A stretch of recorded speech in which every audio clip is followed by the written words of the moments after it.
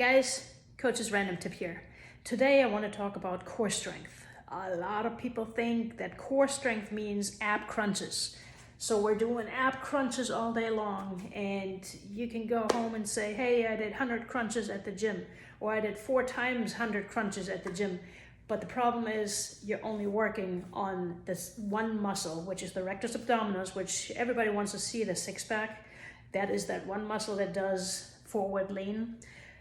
We also have obliques. We have external, internal obliques. We have transversus, which is a super, super important muscle to stabilize our lower back. It's almost like I call it the motorcycle belt. So it's like a belt that goes around that stabilizes our back, our trunk.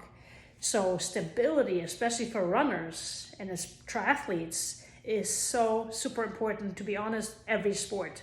But any sport that involves running, especially, because if we're not strong in the stabilizing muscle group, meaning in the core stabilizers, not just the crunches, we are going to have a lot of problems. So when you're running, and you don't have a strong stabilizing core, you're going to, fall in and usually have a hip drop with this as well. So your hip will drop, your body has to push out of that to jump to the other side. So there's a lot of movements, especially in the lower back. There will be a lot of movements due to instability. So imagine blocks. If you're building, a tower and you have the blocks right on top of each other and you build them right on top, that tower is pretty stable. If you're building them kind of weak, they're just kind of moving around like this.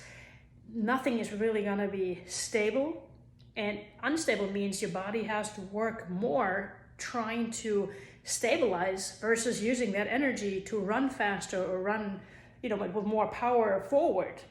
So especially if you're thinking of soccer or any of basketball, any cutting, you really need that core. It's not just coming from your legs. You need that core to be able to react quick and go into that next change of direction instead of having all of a sudden your body kind of lagging behind and you have to move your whole body to run forward. So core is such a huge part of any athletic mobility, of any athletic movements.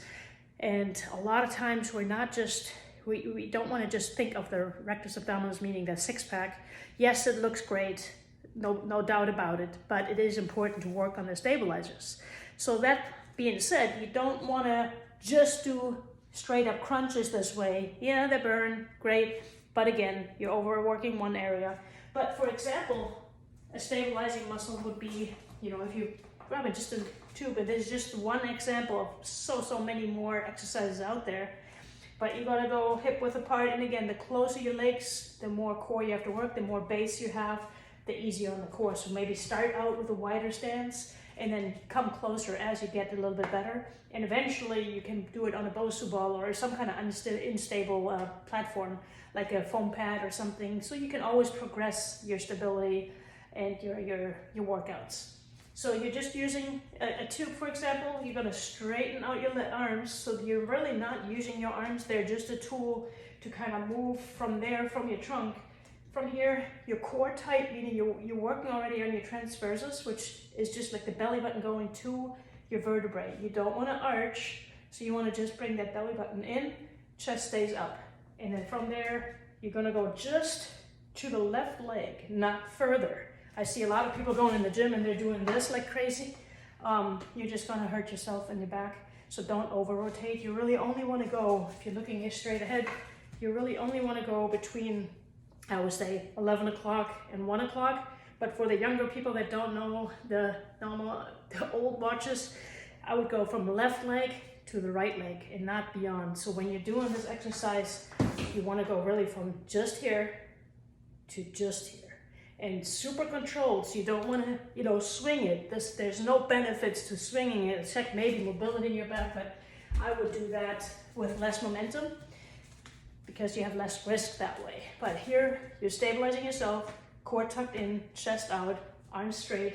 You're just gonna move nice and controlled and really from your core to here and back to that right leg. Try to keep tension on the tube, so you're stepping out enough. If you don't feel it going back here, you still wanna have tension here as well. So from there to here, And again, the more you tighten this area, the more you're gonna feel it there. If I let go here and I'm just doing this, now I'm just using my arms. So super important to really keep the form, tucking everything in, and then really focusing on rotating from the core, from the trunk. So this stays, and you're rotating from here.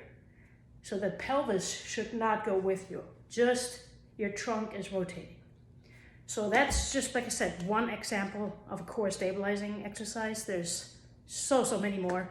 My clients actually get a library, a video library as well, and customized workout plans where there's always something different in those strength training sessions where we focus on mobility, hip stabilization, and that's another topic, and core stabilization, which is the most important areas. Really, from here to here is all core, but the hip and the core is super important for any sport that involves running, and especially if you're looking into cutting, like soccer, baseball, basketball, handball. It's also, super important to be able to pull from a stabilized core. All right, cool. Thanks.